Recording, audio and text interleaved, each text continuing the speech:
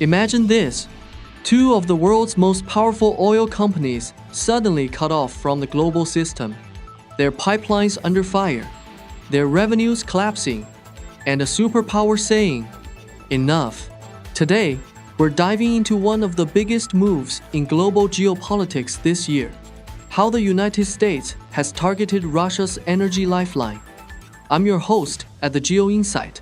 Let's unpack it. For more than 3 years, the conflict in Ukraine has been dragging on. The invasion, counter-offensives, sanctions, diplomacy. Meanwhile, Russia's ability to fund and sustain its war effort has relied in large part on one thing: energy exports. Oil and gas are the bloodstream of Moscow's economy. Now, none of this is new.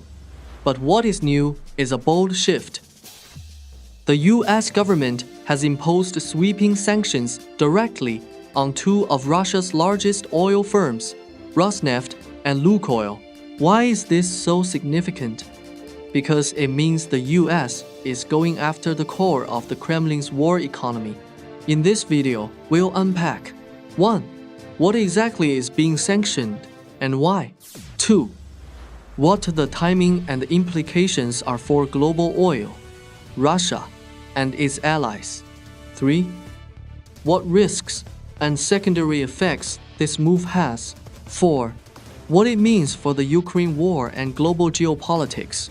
Stick around, because the next chapter might be crucial for where this war and the energy world goes. On the 22nd of October 2025, the US Treasury Department announced that it was sanctioning Russia's two largest oil companies, Rosneft and Lukoil.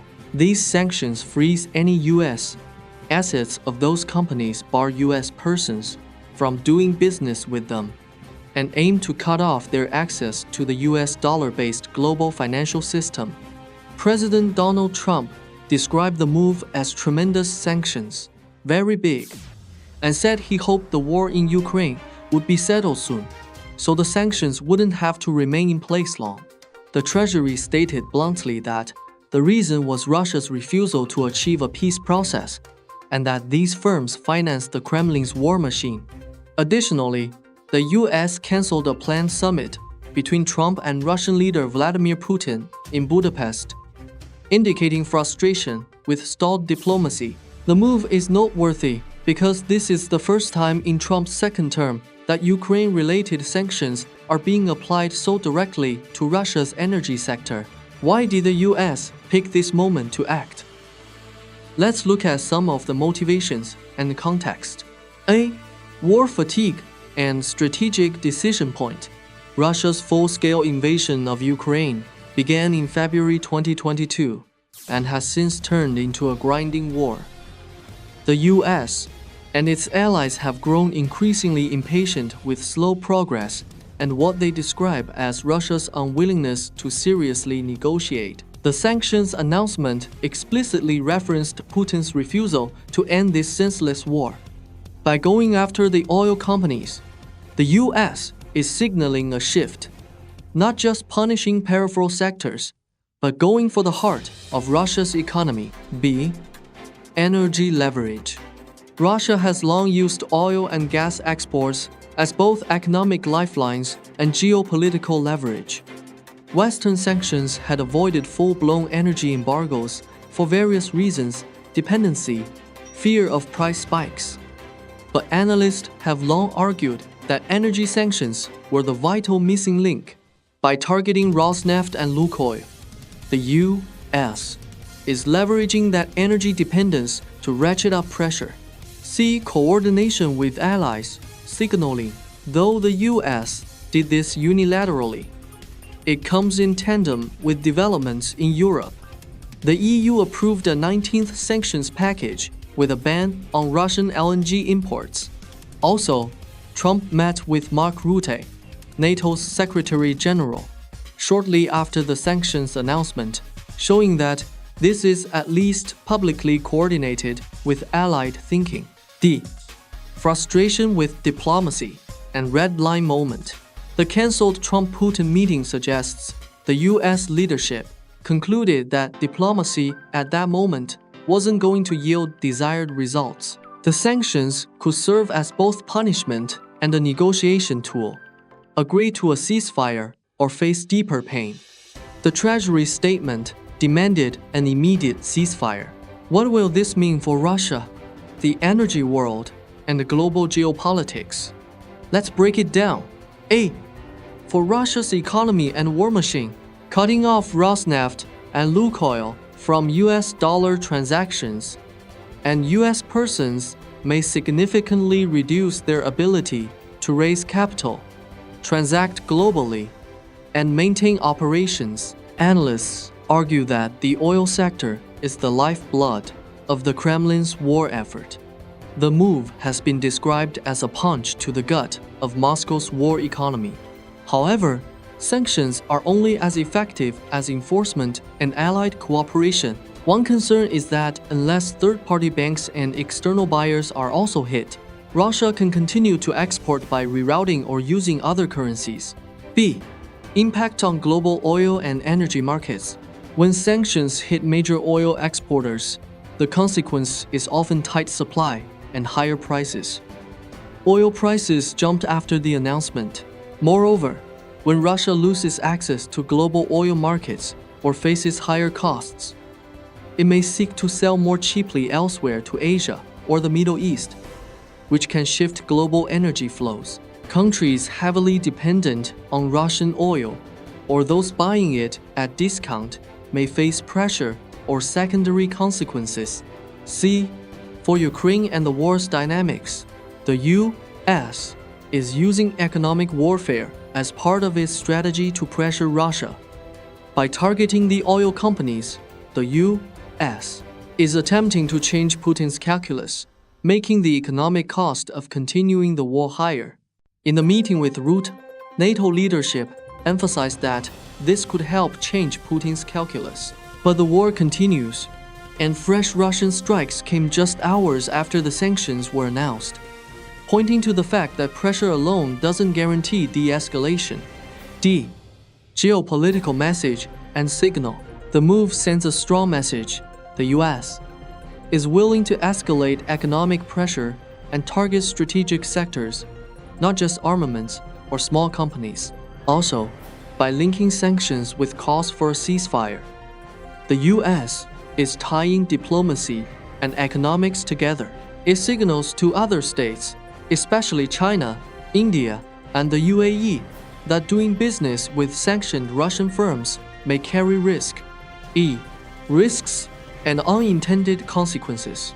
If energy prices surge, allied unity may crack, and the U.S. could feel the blow at home. Also, some buyers of Russian oil may find alternate routes, or Russia might push more de-dollarization.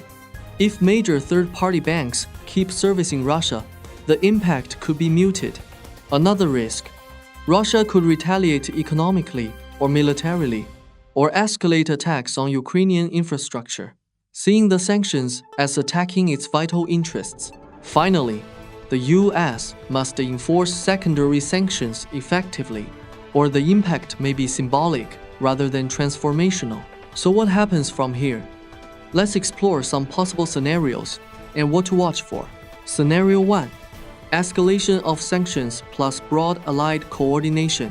Picture this. The U.S. and the EU widen sanctions to other Russian energy firms, banks, and sanction third-party facilitators, like traders and shipping firms. Russia's oil exports shrink significantly. Oil prices rise globally. Russia's war economy falters. Ukraine negotiates from a stronger position. Peace talks resume. What to watch for? Additional companies sanctioned, banks, brokers in India, China, UAE cut off. Oil flows diminish. Auctions showing Russia sells oil at steep discount. Russia's export revenues drop. Scenario 2. Parcial impact. Russia adapts. Russia finds new buyers, uses shadow fleets, pays in non-dollars, or increases oil sales to Asia. Sanctions hit, but Russia copes. The war continues without major shift. Global oil prices increase. Energy consumers suffer. What to watch for? Russia's oil exports rising to China, India, shell companies and hidden shipping networks in action. Scenario 3. Backlash. Global ripple. Energy prices spike. Inflation worsens. Allied countries start losing appetite for sanctions. Russia retaliates with military action or energy choke points, reducing exports. US and allies face domestic pressure. What to watch for? Oil about $100 barrel. Energy shortages in Europe, Asia. Sanctions divisions among allies. Russia threatening pipelines or gas flows. Most likely outcome. Somewhere between scenarios 1 and 2, the sanctions will hurt Russia's war economy. But the full effect will take time, and Russia will attempt workarounds. The big question is whether the US and its partners will follow through aggressively, and whether Russia's adaptations will be sufficient. You might ask, okay, but how does this matter to me or to the world beyond Ukraine? Good question. Here's why it matters. Global energy prices impact everyone. If Russian oil squeezes global supply, that pushes up pump prices, heating bills, and manufacturing costs worldwide. Dollar's dominance and global trade. By using the dollar banking system as a sanctions tool, the US reinforces the power of the global financial system. Russia may push harder for de-dollarization or alternate finance. Precedent for future conflicts. This move could become a template, targeting strategic sectors instead of just weapons. Other countries will watch. Geopolitical alignments shifting. If Russia pivots more to China, India, and the Middle East for oil trade, the global map of alliances and trade could shift substantially. Energy transition and security. This move underscores how geopolitics and energy are intertwined as the world moves to greener energy. Vulnerabilities in fossil fuel dependence are exposed. So, whether you're an energy trader, a policy watcher, someone worried about inflation or global security, the ripples from this sanction move will be felt broadly. Here are some key indicators for the coming month. Export volumes of Russian oil. If Russia's exports drop significantly, the sanctions are biting. Oil price movements' sharp rises could cause blowback and test allied commitment. Secondary sanctions enforcement are banks and traders helping Russia being penalized. Russia's response: does Moscow retaliate economically, militarily, or diplomatically? Diplomatic shifts: does Russia make any serious ceasefire offer? Or does the war escalate further? Energy alliances are India, China, or the UAE, increasing their Russian oil intake despite risks. Monitoring these will show whether this sanctions move is transformational or symbolic. To wrap up, the United States' decision to sanction Russia's two largest oil companies, Rosneft and Lukoil, marks a major escalation in economic pressure on Moscow. It is a strategic move aimed not just at punishing, but at recalibrating Russia's calculus in the Ukraine conflict. Whether it succeeds depends not just on the sanctions themselves, but on follow-through, allied participation, and Russia's ability to adapt. It also matters because it illuminates how energy, economics, and geopolitics are deeply intertwined. For the war in Ukraine, this could be a turning point, or it could be a strong warning shot. For global energy markets, it could mean tighter supply, higher prices, and a shift in trade flows. What's clear? We're watching a moment where oil, war, diplomacy, and global order converge. If you found this breakdown useful, insightful, or thought-provoking, do hit like and subscribe so you don't miss future deep dives from the GeoInsight. Let me know in the comments what you think. Will this move break Russia's economy, or will Russia find a workaround? I'll see you in the next video. Stay sharp, stay informed.